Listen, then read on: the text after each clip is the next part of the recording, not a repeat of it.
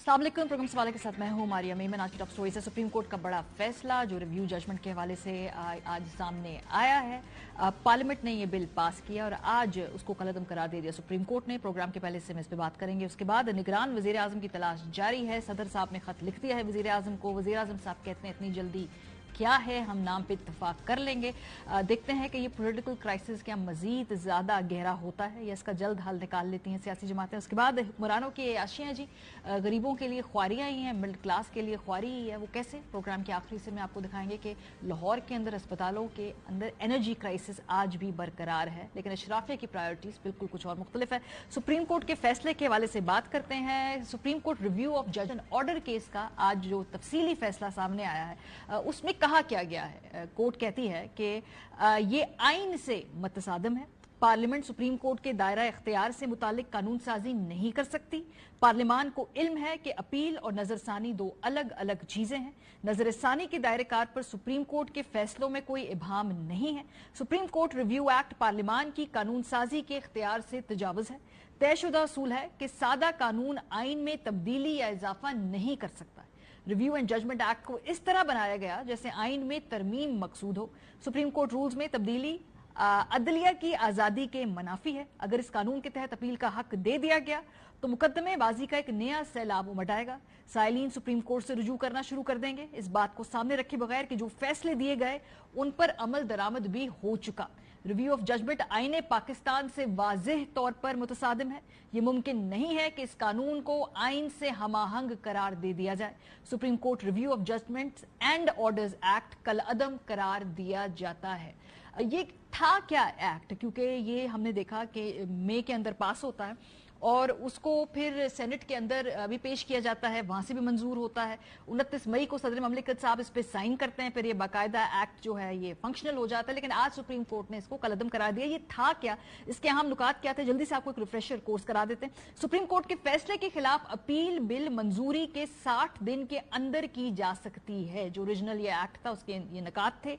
Act का तलाक article 184(3) के तहत माजी में दिए गए फैसलों पर भी होगा। नजरसानी बेंच में मौजूद जजेस की तादाद केस का फैसला देने वाले बेंच में मौजूद जजेस से ज्यादा होगी। फैसला देने वाले जज नजरसानी बेंच का हिस्सा नहीं होंगे। रिव्यू पिटीशन में अपनी मर्जी का वकील मुकर्रर करने की इजाजत होगी। जब ये बिल पास हुआ तो उससे पहले ये चार्टर थी कि भाई सुप्रीम कोर्ट के फैसलों के चूंकि सियासी असरात होते हैं मुंतखब वज़ीर आज़म के ऊपर भी, जो पॉलिटिकल क्लास है उनके ऊपर भी, तो इसके जो मंदरजात है उसके अंदर बहुत मुनासिब चीजों का भी इतलाक के ऊपर बात की गई है। लेकिन बहरहाल देखना यह है कि जो ये फैसले के बाद जो लोगों के खदशात हैं क्या वो इसके इंटेंट पे हैं, तरीकेकार पे हैं या सियासी इसके इस्तेमाल के ऊपर है। हुकूमती रद्द-ए-अमल बड़ा ही ज्यादा प्रेडिक्टेबल था। ऑब्वियसली इस बिल को ड्राफ्ट करने में, इसको बनाने में जो हुकूमत के लोग थे, आजम तारड़ साहब उस वक्त भी इसके बिगेस्ट जो स्टॉन्च प्रोपोनेंट थे, इरफान कादिर साहब, दोनों ने इस बिल को जब कलअदम करार दिया गया तो उस पर डिसअपॉइंटमेंट का इजहार किया और क्या रद्द-ए-अमल दिया, जरा ये सुनिए। कानून साजी कुल्ली इख्तियार है पार्लियामान का। ये इस वक्त इसलिए किया गया ताकि इस वक्त कौमी असम्बली नहीं है, पार्लियामेंट इसे दोबारा इनेक्ट ना कर सके फौरी तौर पे। मियां नवाज शरीफ साहब और दीगर वो जो दर्जनों लोग थे जिन्हें ताहयात महल कर दिया गया था सिर्फ 184(3) के केसेस में, वो सब जो है वो 5 साल का अरसा गुजारने के बाद वो अहल हो चुके हैं इंतखाबात में हिस्सा लेने के। तो मियां नवाज शरीफ साहब के केसेस के हवाले से इसका कोई इम्पैक्ट नहीं। आइन के और कानून से मुतसादम है। मंतकी तौर पे भी गलत फैसला है। ये जो बेंच कॉन्स्टिट्यूट किया गया वो भी गलत किया गया है। पीएमएलएन की तरफ से रद्द-ए-अमल आया। ख्वाजा सादर रफीक साहब ने कहा जी कि अब इसका अगला फैसला पार्लियामेंट ही करेगी, क्योंकि इस हवाले से बहुत सारे सवालात इसकी टाइमिंग पर भी हैं। जब पार्लियामेंट जिस दिन तहलील होती है उसके अगले दिन ये फैसला आता है। ये इतराज किया गया ताकि हाथ बांध दिए जाएं और पार्लियामेंट इस मामले का तदारुक करने के काबिल न रहे, इसलिए भी इस फैसले के ऊपर सवालात उठा रहे हैं पीएमएलएन। कानूनी माहिरीन जिनसे हमारी बात हुई उनका कहना था कि आईनी तरमीम का सब्स्टिट्यूट नहीं हो सकता ये जो सादा कानून पास किया, इस वजह से इसे कलअदम होना ही था टेक्निकल ग्राउंड्स पे। जो कानूनी माहिरीन इसके बारे में क्या कहते हैं, जरा सुनिए।